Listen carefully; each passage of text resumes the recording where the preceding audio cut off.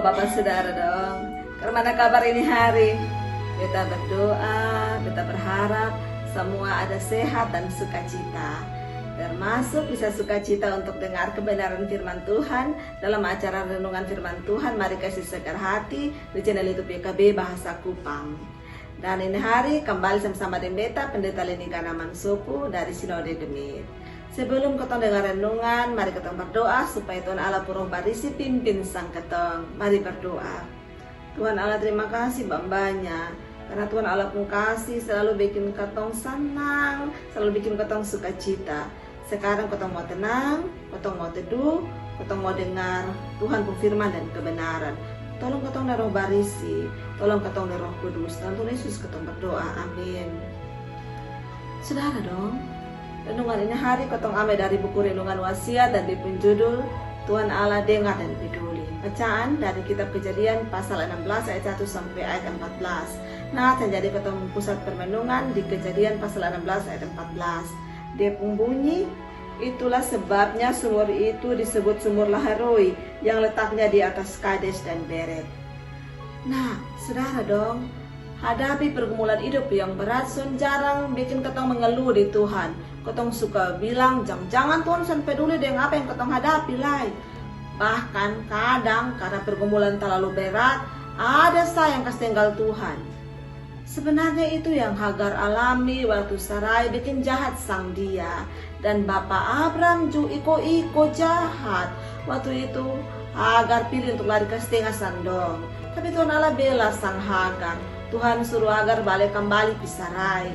Tuhan janji bahwa Tuhan akan lindungi dia dan Tuhan akan berkati sang dia dengan keturunan yang banyak mamati. Tuhan juga berfirman kalau Hagar akan beranak anak laki-laki dan Tuhan suruh kasih nama sang dia Ismail, karena Tuhan sudah dengar Hagar pun nasib yang ditindas. Nah, saudara dong, bukan hanya Hagar sah. Tuhan juga dengar dan peduli pergumulan Abraham dan Sarai. Jadi seharusnya dong tuh datang pi Tuhan dan bukan ambil langkah sendiri yang justru bawa pi dong masalah baru. Dalam hidup nih kotong sering juga ambil keputusan sendiri dan melibatkan Tuhan. Kotong tingkah ke mampu atasi kotong masalah sendiri. Padahal sadar kesonde kalau Tuhan Allah adalah Allah yang dengar dan peduli sang katong. Apakah kotong mau datang di Tuhan Allah dan tunggu dengan tekun semua jawaban Tuhan di kotong persoalan hidup kesonde? Nah, kita ajak kotong semua berserah dan sandar di Tuhan yang dengar dan peduli dengan kotong semua pergumulan hidup. Maka mari kotong beriman terus di Tuhan Allah. Saudara dong, demikian renungan untuk ketong ini hari.